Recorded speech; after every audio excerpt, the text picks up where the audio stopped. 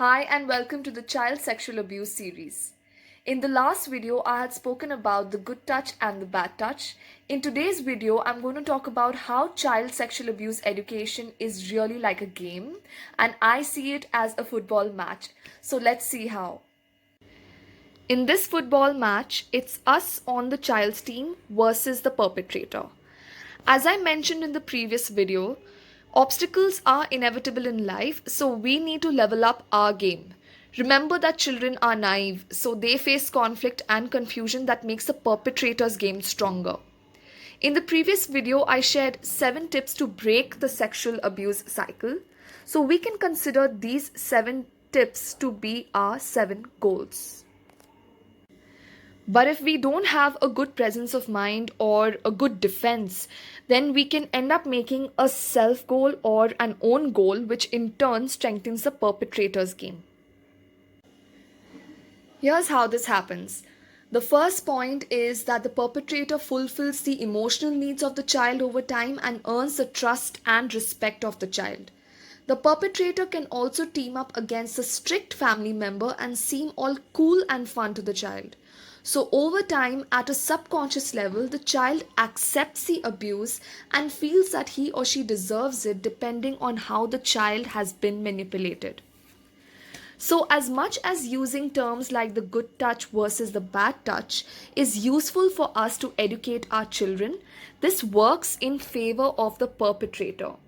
As the child now feels, quote, the touch is bad, I am bad, so I deserve the bad touch as I am bad, unquote.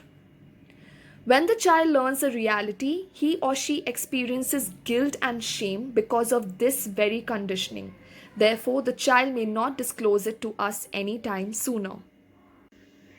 The second point is that when the person they are trained or groomed to respect touches them inappropriately, they feel good because physically these are pleasurable feelings. So, when parents say it is a bad touch, this is negated in the child's brain because actually, physically, these feelings feel good. Therefore, these emotional and physical reasons get the children addicted to the bad touch unintentionally. The third point is that the abuser may touch, kiss, or rub the non private parts, and this does not exactly fit the image of the perpetrator we create in the child's mind while educating the child about the bad touch.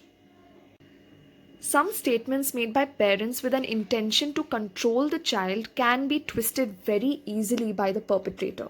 For example, if we say, be good and do whatever the babysitter tells you, the abuser can say, your mum or dad said you have to do whatever I tell you. So instead of this, we can say, you know the house rules, please follow them while the babysitter is watching you. This statement is less likely to be twisted by the perpetrator, and the child also feels a sense of power.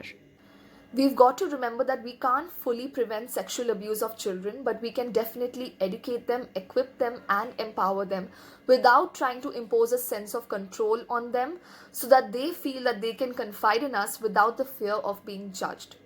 In this game, we've got to level up, strengthen our defense, avoid making those self goals, weaken the perpetrator's defense, and definitely smash those goals. We've got this. All the best.